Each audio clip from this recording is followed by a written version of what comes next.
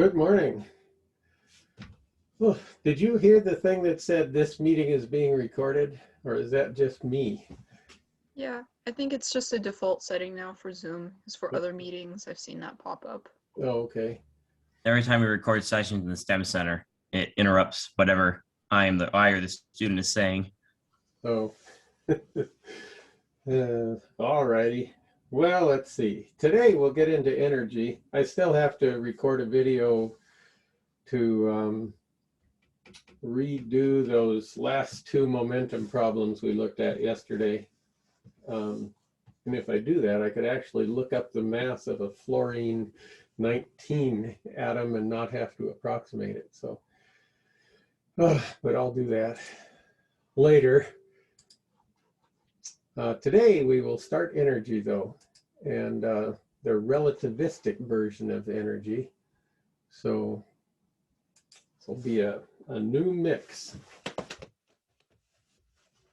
So the first one is, I think we're going to redo one from earlier in the quarter that had an unrealistic answer in it, but we can also take a look and see if this is very relativistic. This is the old style of TVs that had an electron gun in them, sometimes called a cathode ray, cathode ray. My mom, way back in about 1971 or something, got a job working for a school district that was starting to computerize all their records back then. And she had to work on a computer monitor all day. And they just called it a CRT, the cathode ray tube, although I don't know that they ever went through the detail of talking about the cathode ray tube part. But that's an ancient term for the things. Cathode rays were an early name for electrons before they'd studied them very thoroughly. But then the cathode ray tube name just stuck to these things. So they were just an electron, a beam of electrons that came out of there. So that's what the old television picture tubes happen to be. Anyway, they're accelerated through a potential difference of 25,000 volts. What's their kinetic energy in joules? Well, the kinetic energy in this case is just going to be Q delta V. And since it's electrons you're accelerating, and you're accelerating them through a charge of 20,000 volts, it's just going to be like E delta V. This is the definition of an electron volt almost. If you accelerate an electron through a potential difference of 1 volt, you get 1 electron volt. Well, this is going to be 25,000 electron volts. So, but they want it in joules. So we'll have to multiply that by, let's see, what is it? 1.6 times 10 to the minus 19th joules per electron volt, I think, is what that ends up being. So we're not going to have quite so many joules. All right, where did I put my calculator this morning? Oh, there it is. Anyway, whoops, not divided by, but times.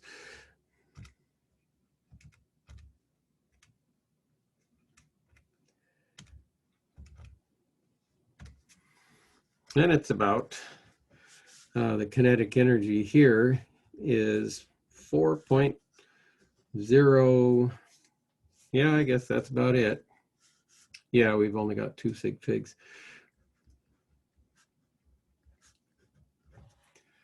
Now, we may or may not use that kinetic energy in joules. We may be able to do something better with that. Then it asks, what speed do they have when they strike the screen? Well, let's try out the relativistic kinetic energy equation here. In relativity, we've got the rest energy, which is sometimes written E sub 0 being mc squared. We have the total energy,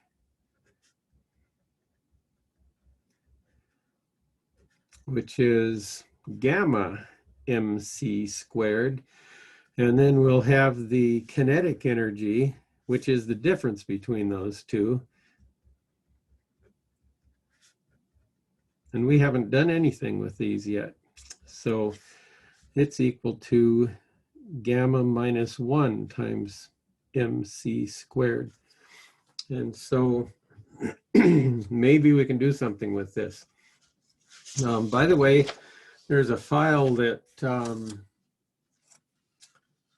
I think I just posted it to our module for this, but I may not have published it just yet.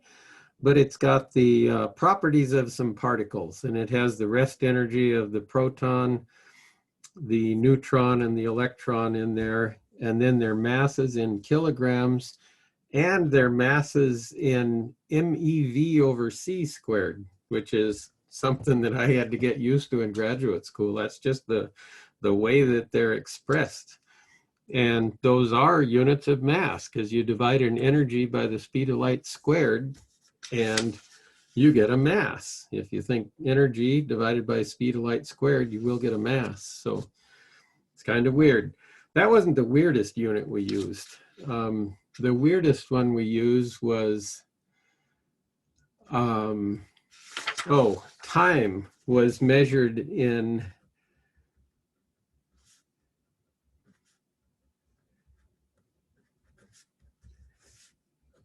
FM divided by C. Okay, well, if you think about it, let's see. Distance equals rate times time. So if you divide a distance by a rate, then you get a time. And in this case, the distance was a Fermi. Actually, we called it a Fermi. And in nuclear physics, everybody calls it a Fermi. Everyone else would call that a femtometer. And so a femtometer was the distance. The rate was the speed of light. And this unit of time is about how long it would take a photon to travel from one side of a nucleus to the other. And things happen fast when they happen in nuclei. And so when you start looking at the time dependence, you want a convenient unit of time. You don't want to keep having to write 10 to the minus 23rd seconds on everything. So you just call it a Fermi over C and measure those as our time units. And it worked out okay. But that was just kind of weird. In different subfields of science, you get different units being used. Okay, but we know what the energy of these things is going to be, the kinetic energy in this case. So let's figure out what the speed the electrons have to have in there. So for the electron, mc squared off of this thing is 0.5110 MeV. So these are electrons we're talking about.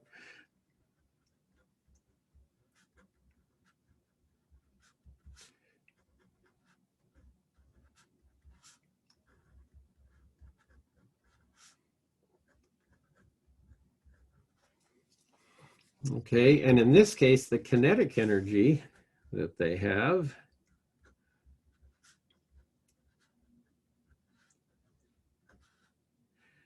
is equal to where are we? 25,000 electron volts. So we're going to have to be a little bit careful here, but that kinetic energy is going to equal gamma minus 1 times the mc squared, 0.5110 mega electron volts. That means 10 to the 6th electron volts. And we'll see if this gives us much of a gamma in this case. It may be that we don't quite have to do relativistic stuff, but it won't hurt. So we can go ahead and do that. Let's see. So gamma minus 1 is going to equal to 25,000 divided by that thing.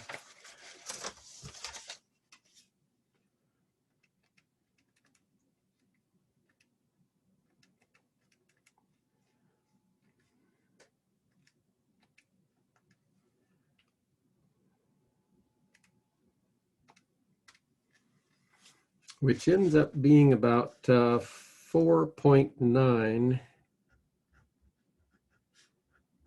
times 10 to the minus 2. So these are probably going a reasonable speed, somewhere down in the 10% of the speed of light range, something like that. Gamma then is going to equal, now that 1 is exact, so 1.049 would be okay for that. And that's going to equal 1 divided by the square root of 1 minus beta squared. And I've been going through the solution to these things so many times I'm going crazy, I think. But I mean, basically I'm solving this equation again and again for what's inside there. And I know I've done it a few times in this class. Let's see. But it won't hurt to do it a couple more times. Although you're probably getting tired of watching it. Let's see, square both sides. Gamma squared is 1 over 1 minus beta squared. 1 minus beta squared will equal 1 over gamma squared. And I think I just did a couple algebra steps at once, but that's okay. Beta squared will equal 1 minus 1 over gamma squared. Beta itself will equal the square root of that. So we can get a number for that. It's not so bad. Oh, well, I think I'll add a 1 to that thing first.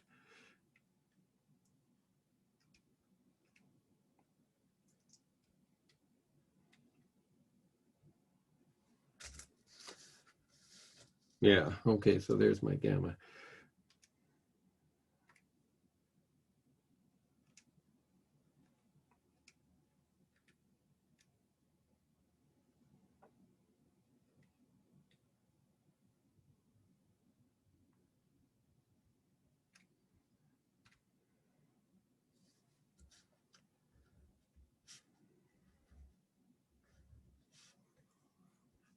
Actually, let's see. I can probably keep 3 sig figs on this, I think, because of the way things worked out. So beta is 0.302, which is V over C. So the speed is going to be that fraction times the speed of light.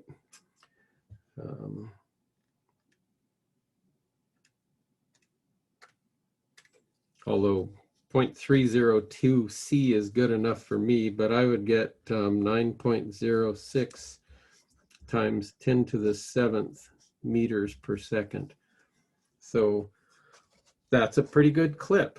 And so it's 30% of the speed of light. So in designing the electronics for the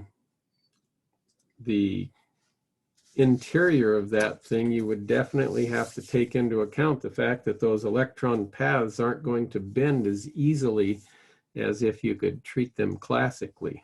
So they'll be a little bit different in that case. But there's a typical example. Old style TV sets had to be dealt with relativistically. New style TV sets, actually a lot of the electronics in there depends on quantum mechanics, transistors for sure, and diodes and things like that. So there's a lot of modern physics in modern electronics, oddly enough.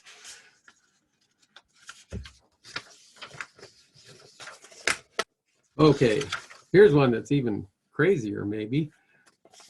Now we've accelerated the electrons a little more to an energy of 20 GeV. That would be giga electron volts, not mega electron volts anymore. So what's the gamma factor for the electrons going to be? Now, this doesn't say if it's a kinetic energy or if it's their total energy, but we'll see if that matters. Okay, if it's the kinetic energy, then we'd have that gamma minus 1 times mc squared, wrap that in parentheses, is going to equal 20.0 times 10 to the 9th electron volts.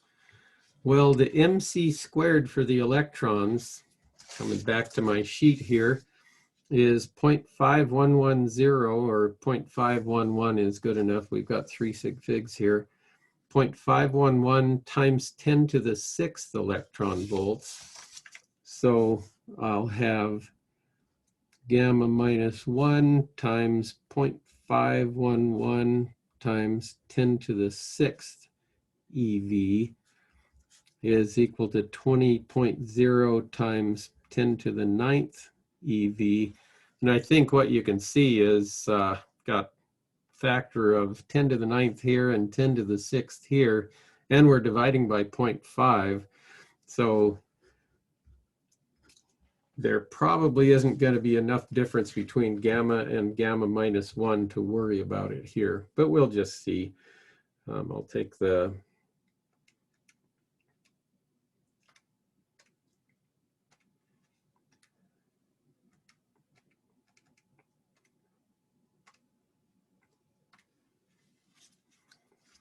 I get about is equal to 3.91 times 10 to the 4th.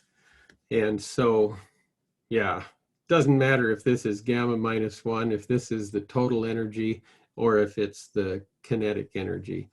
When you have an energy that large, it's not going to matter. The little 1 here is going to get lost in the extra sig figs on this expression. So in that case, what is their speed? Well, I'm going to cheat. On that previous problem, I solved for beta equaling the square root of 1 minus 1 over gamma squared. And it would just be easier to plug right into that thing. And I'm just going to say gamma is 3.91 times 10 to the 4th because it's not going to matter much. So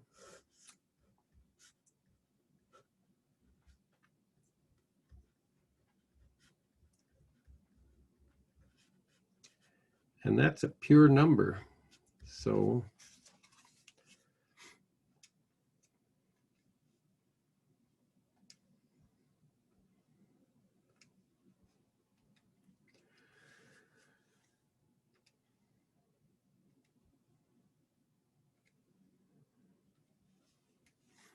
and according to my calculator, I get 1.000. Which means they're going at practically the speed of light. But can we do better than that? Perhaps. What if we tried to figure out, actually, I wonder how many sig figs I have to go before it's not zeros.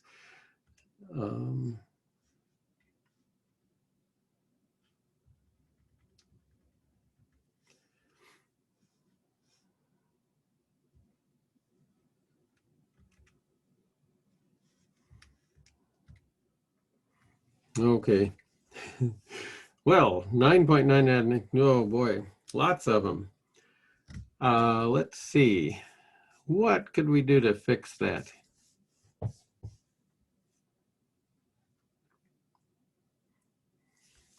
What if instead we addressed the question, and this is something we'll do later, but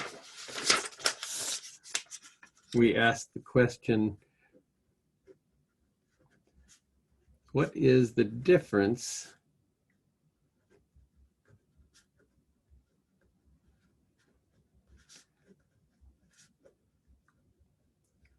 between their speed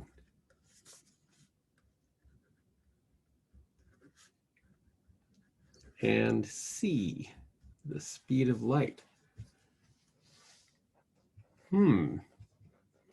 Well, in that case, we're going to be after, if we express this thing, if we say that v is going to equal the square root of 1 minus 1 over gamma squared times c, we would want to know what is c minus v.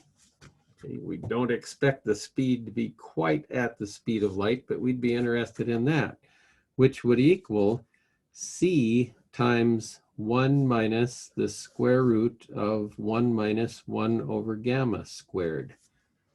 Okay, we haven't done this as an expansion yet, but it's doable. So if I write that as 1 minus 1 over gamma squared to the 1/2, I could do a series expansion on that thing. And let's see what happens if we do that. This may be more fun. Let's see. I don't know where I left that series expansion, but I do remember it's got 1 plus x to the n is equal to 1 plus nx plus n times n minus 1 times x squared over 2 factorial, if I remember right. And our n is going to be 1/2. Our x is going to be minus 1 over gamma squared, which is going to be pretty small. So this would be 1/2 times minus 1/2 divided by 2, which is going to be 1/8, actually minus 1/8. Yeah, let's just go ahead and plug this thing in. So I suspect I'm only going to be using these first two terms. And so I'll have c times 1 minus 1. Oh, let's see what 1 plus nx happens to be. 1 plus 1/2 times minus 1 over gamma squared is what that turns into.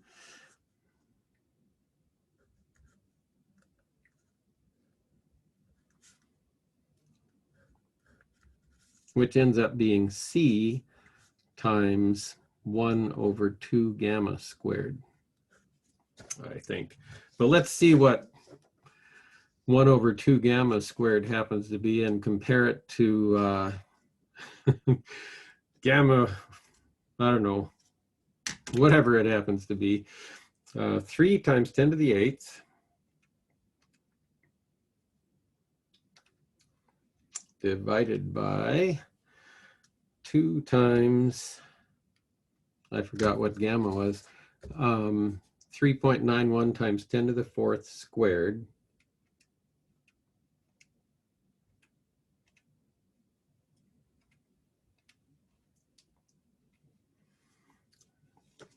Okay, and I get a, where was that question? The difference between the speed and the speed of light, c minus v, would equal about 9.8 times 10 to the minus 2 meters per second. Okay, so in a race between these electrons and a photon in a vacuum, the electrons would fall behind by 9.8 centimeters per second. So not going to make a whole lot of difference there. And that makes more sense. So their speed is practically the speed of light. It's only 9.8 centimeters per second less than the speed of light. So not much. Now, how long does that accelerator appear to them?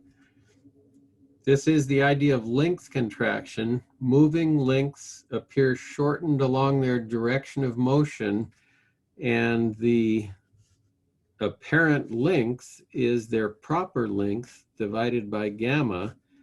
So we've got a 3-kilometer long linear accelerator. Let's see. I think this place is referred to as SLAC, the Stanford Linear Accelerator Center. But it would be 3.00 times 10 to the 3rd meters. say K is 10 to the third, divided by the 3.91 times 10 to the fourth. So it's not going to look very long to them.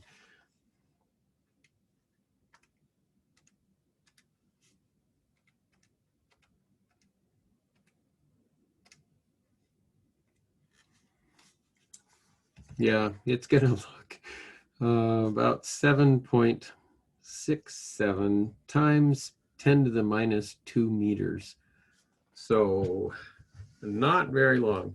That's, where's my ruler?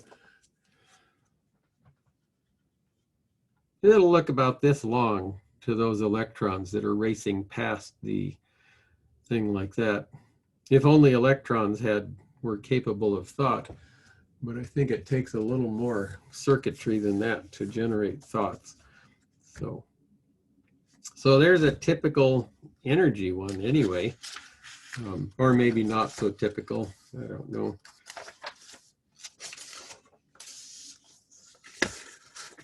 Okay, this is one from that we did as an example problem, non-relativistically early in the quarter. We looked at an electron placed at rest in a uniform electric field of 520 newtons per coulomb, then released. Later, the experiment's repeated with a proton. Calculate the speed of each particle 48 microseconds after being released. There's all sorts of problems with this, and we may not be able to exactly do this because time passes differently for the electron, and it's going to get more and more difficult to accelerate. So, but that's okay. We can know the force acting on it.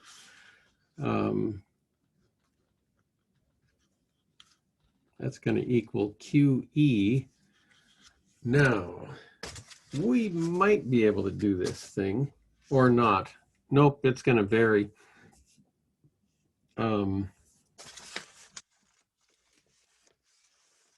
Trying to think, could we do it from, the problem is we've got time in there, and that's going to be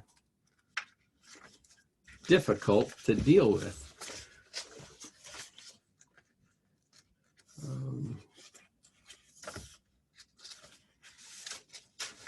Not sure what that was. There's a little section in here. Let's see if I can find where it was.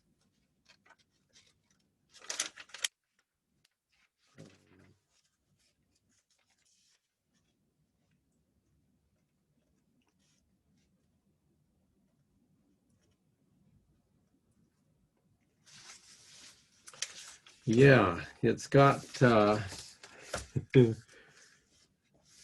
this is like Newton's second law, but the relativistic version of Newton's second law has something that looks like this. The mass divided by, whoops, not a square root. It is 1 minus v squared over c squared to the 3/2 times the acceleration. This is basically gamma cubed ma.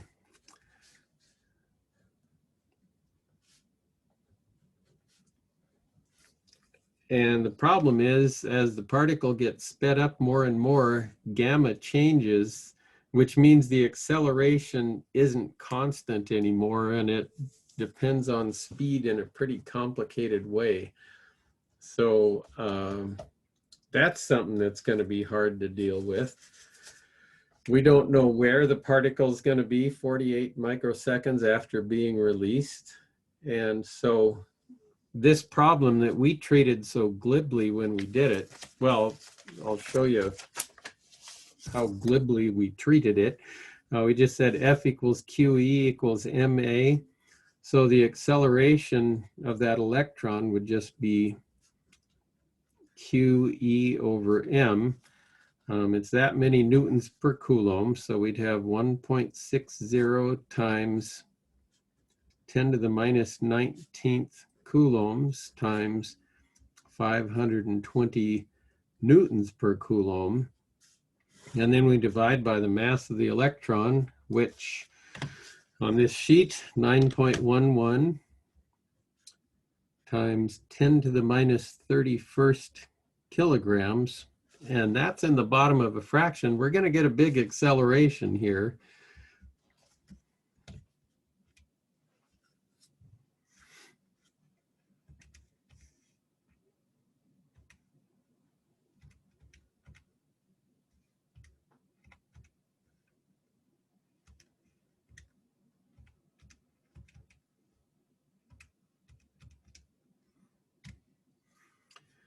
Okay, which, you know, they don't have much mass, so this isn't so unbelievable, but, oh, that's only 2 sig figs.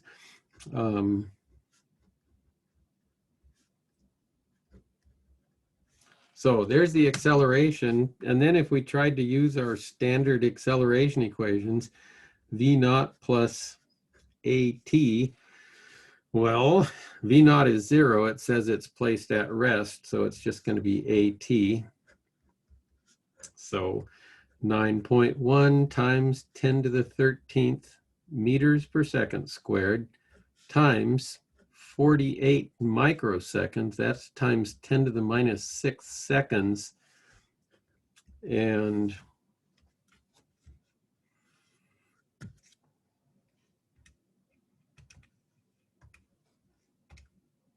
whoops, minus 6. Yeah, I've got a minus 6 there. Yeah, we get about 4.4 times 10 to the 9th meters per second, which would give it a gamma factor. Well, it's going faster than the speed of light, but that gives it an imaginary gamma factor, because in gamma, if the speed gets bigger than the speed of light, you have a negative number under the square root on the bottom of it. So that's this bit here, which doesn't correspond quite to reality, although complex numbers are used in a lot of science fields, but you don't usually have stuff like that going on. Anyway, so that's a problem, and I can't think of an easy way to do this problem. We'd have to, I don't know what we'd have to do. It would be a complex numerical It's integration. a separable equation. Hmm? It requires differential equations, but it looks separable. This part, you mean? Or Yeah, because if you treat acceleration as a derivative of velocity, you can separate the numerator and denominator. oh, okay. Huh. Well, I'll assign that to you. Or you can play it. You'll probably will anyway. You can't resist things like this, Nolan, I think.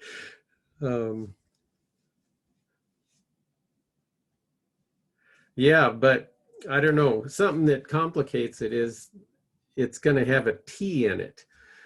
And just how you're going to deal with that. Whose time frame do you get to use? Maybe the laboratory time frame, I guess. But at any rate, it's a challenging problem, and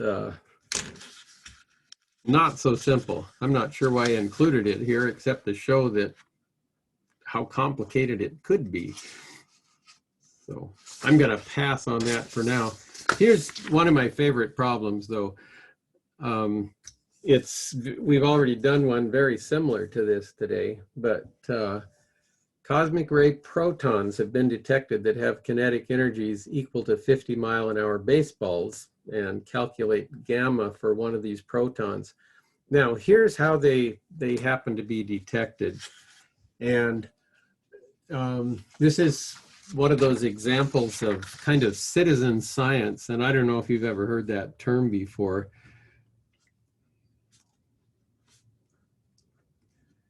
In the early days of the internet, when you needed a screensaver on your computer monitor, this was back in the cathode ray tube computer monitor days, one that was popular was one that was set up by SETI, and that's the search for extraterrestrial intelligence. And there are telescopes around the world. There are some in Northern California that are funded by Paul Allen. And I was close to it a couple summers ago, but I didn't see where I should have turned off to go and visit it. I don't know what you can actually visit there, but I was just curious about the site. It's an array of small radio telescopes on some land. But anyway, they needed a lot of computer processing power to scan the incoming signals, looking for possible signals from extraterrestrial intelligences. And I don't know if you ever watched the movie Contact, but that was one that was sort of like that, although they dramatized it quite a bit. In the original novel, which was written by the astronomer Carl Sagan for Contact, they just got this string of digits showing up in this information, and that's what they did. But anyway, this the citizen science part of this was you could download a screensaver for your computer, and it would do a little bit of the processing of all these mountains of data that they had. And they had people all over the country who were doing that. And while it was going on with the calculation, your computer monitor would show, I don't know, the steps of the calculation or something like that. And some people found that sort of spellbinding. I had another one, a few years ago that was called Einstein at Home. And your home computer would be used to help process some of the data wave or the gravitational wave data that came into the LIGO observatories. So that one was kind of neat. It showed a three-dimensional sphere rotating, and it would show which point on that sphere. And this was the celestial sphere is actually what it was. But it would show on your computer screen where on the celestial sphere, that means where out in space was your computer processing data from. But in this case, these cosmic ray protons, there was a project that was funded by one of the Los Angeles universities. Oh, somebody's not ringing our doorbell, but I'm going to ignore it. This is more important. Anyway, there was a project funded by one of the California universities, and I don't know if it was UCLA or USC or something else, but they provided high schools in the Los Angeles basin with muon detectors. And muons are elementary particles that are created when these cosmic ray protons come in and smack into atoms in the upper atmosphere. And muons are short half-life particles that decay in, I think, 2.2 microseconds. And they've got a mass about 207 times the mass of an electron, and they're negatively charged. And what would happen is if this is the surface of the Earth and this is the atmosphere,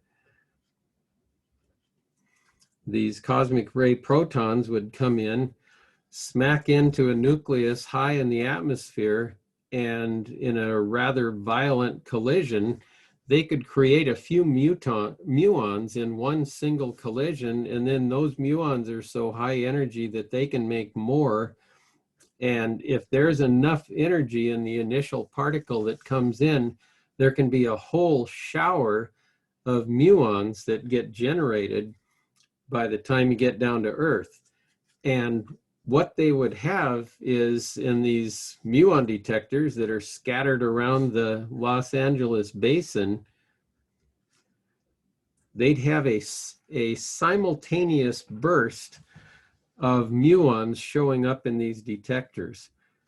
And the fact that it's simultaneous means now those muon detectors are about a square meter or less, And all they needed to have those things was the detector, this small detector, relatively small, and a computer that's connected to the internet so it can be connected to where whoever was gathering the data, and also so it could have a timestamp on the data that was tied in with universal time well to a fairly good precision. And if you think about it, okay, there's a high school here in the Los Angeles basin, and somewhere in this high school is a 1 meter detector. A couple miles away over here is another high school with a 1 meter detector in it. And that's the situation. And somehow there were being enough muons generated to trigger the muon detectors in a whole bunch of high schools at the same time. And that's just amazing. There must have been zillions of muons. Something else about this, these muons are charged particles. When they all of a sudden hit the ground or are traveling through the sky together, that's an electric current. And there's this burst of electric current through the atmosphere that generates electromagnetic waves. And so it also produces a pulse of electromagnetic wave energy that's traveling out from it. So just crazy. And what they do is, from the size of the burst that they get and all these muons being generated, they work backwards and figure out how much energy would it have taken to make that thing. And that's where they get the cosmic ray protons having kinetic energies equal to 50-mile-an-hour baseballs. So pretty amazing stuff. So what's gamma going to be for one of those protons? Well, we can figure that out, actually. We will have to convert 50 miles an hour into some reasonable unit, like meters per second, but that's the hardest part, just about. 1609, we don't need this much precision. Meters per mile, that'll get rid of those things. And 1 hour over 3,600 seconds, it's actually going to be 20 some meters per second, I think.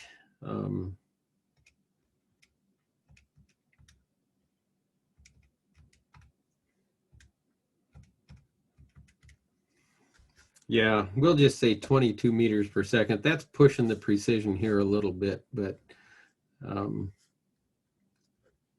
is what we would have. So this is kinetic energies equal to 50-mile-an-hour baseballs, although this is going to be one of those cases where gamma is going to be so big that there's not going to be much difference between gamma and gamma minus 1. But supposedly, gamma minus 1 times mc squared will equal 1/2 times m times 22 meters per second squared. So that's where we're going to be. And let's see. Actually, the m is the same in both cases. So gamma minus 1 is going to equal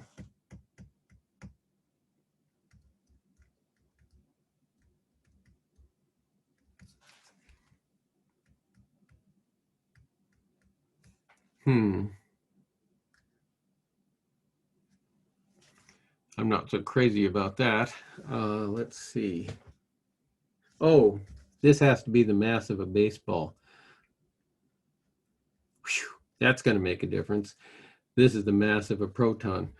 Okay, I was thinking the m's would divide out, and that would have been inconvenient here. But anyway, we'll get gamma minus 1 is going to be the mass of the baseball times 22 meters per second squared divided by 2 times the mass of the proton times c squared. Okay, and this is where things are going to get kind of crazy. The mass of a baseball is 0.145 kilograms approximately, and then 22 meters per second, and we're pushing it on the sig figs, I know. And then on the bottom we'll have 2 times the mass of a proton, which is I'm just going to write 1.7 times 10 to the minus 27th kilograms. Okay, and that's what's going to give us a nice big number for gamma. And then 3.0 times 10 to the 8th meters per second squared down here. All the units divide out, kilograms, kilograms, meters per second squared over meters per second squared. So we'll end up with a dimensionless quantity, and gamma minus 1 will equal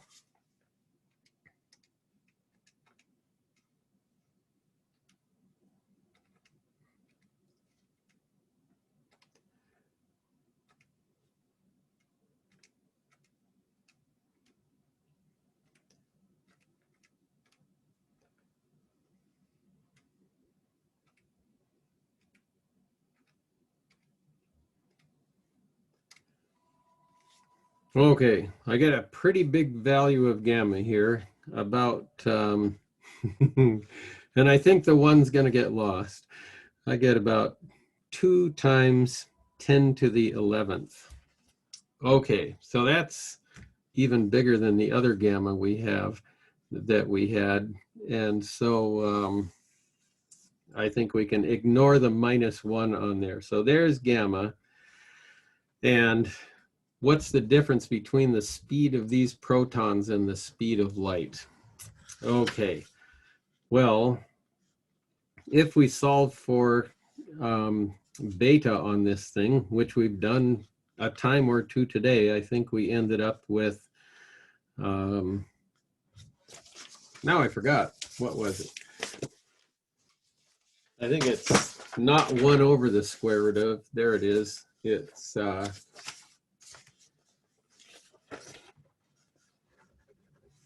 it was beta, which is V over C, is the square root of 1 minus 1 over gamma squared, if I remember right.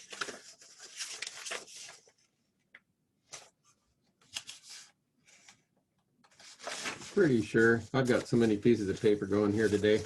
I don't remember. But we want, let's see, so V would equal that thing times C.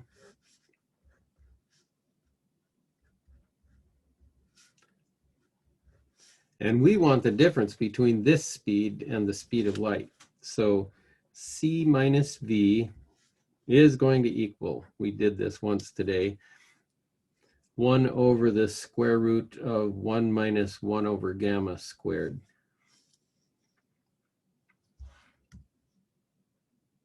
I think, times C. Okay.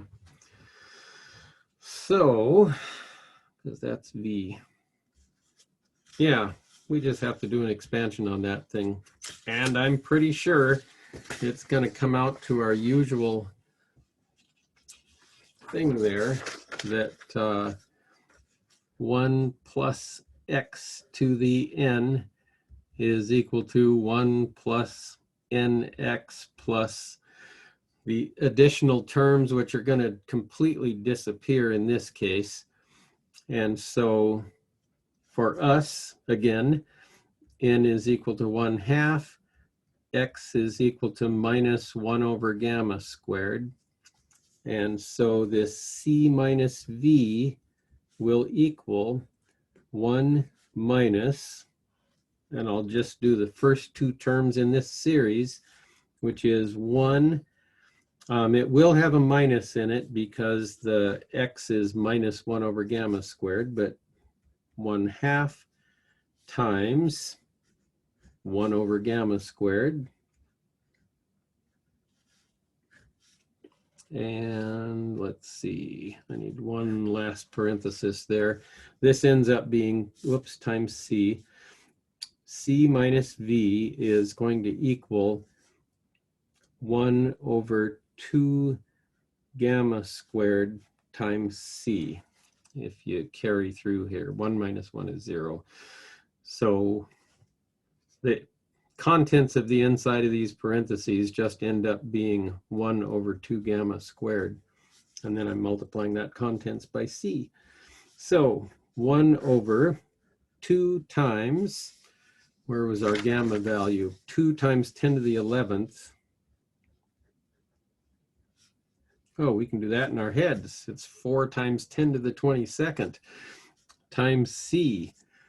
So C minus V will end up being, you know what the speed of light is.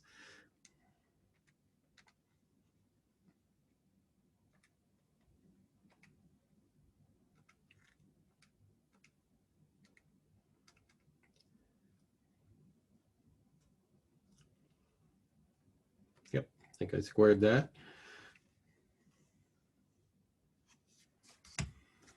Okay, I get 4 times 10 to the minus 15th meters per second is the difference between the speed of these protons and the speed of light. That's like a little bit bigger than the diameter of a nucleus.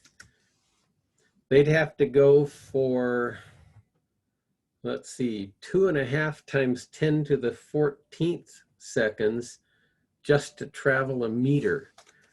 How long is that? Let's see, 2.5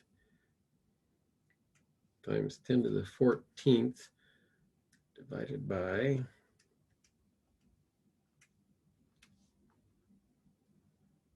that'd be about 8 million years before the photon is a meter ahead of them.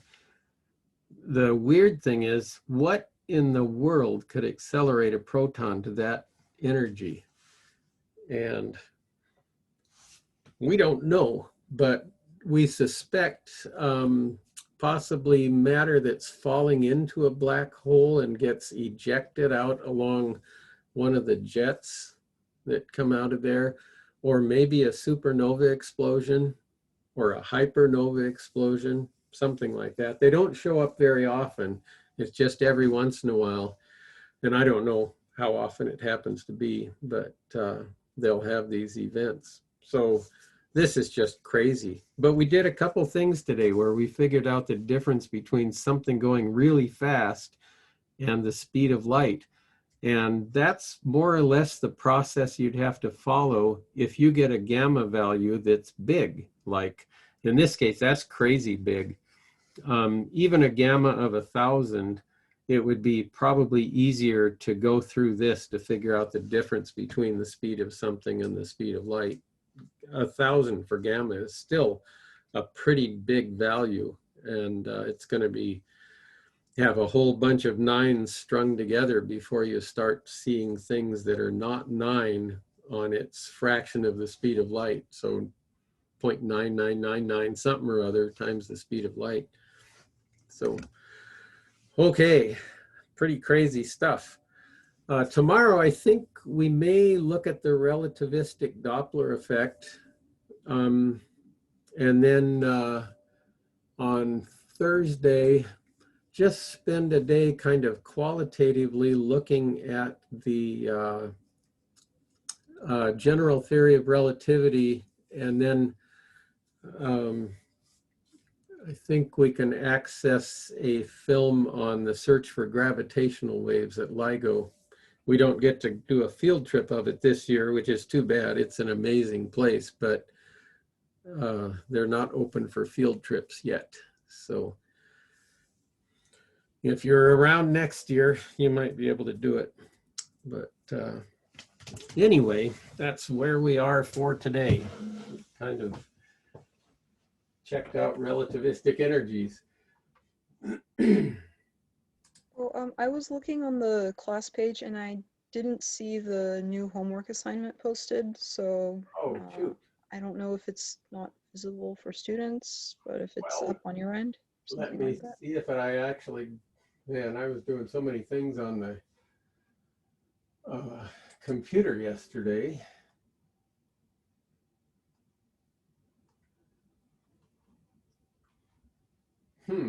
It looks like I got partway through that and lost track. So I'll get it posted. I'm almost tempted to make it optional, but highly recommended that you do those problems. So, because there's quite a few on there, but if you could do a sampling of them, but I'll get that posted here this afternoon. And Thank you. yeah, sorry. Thanks for letting me know.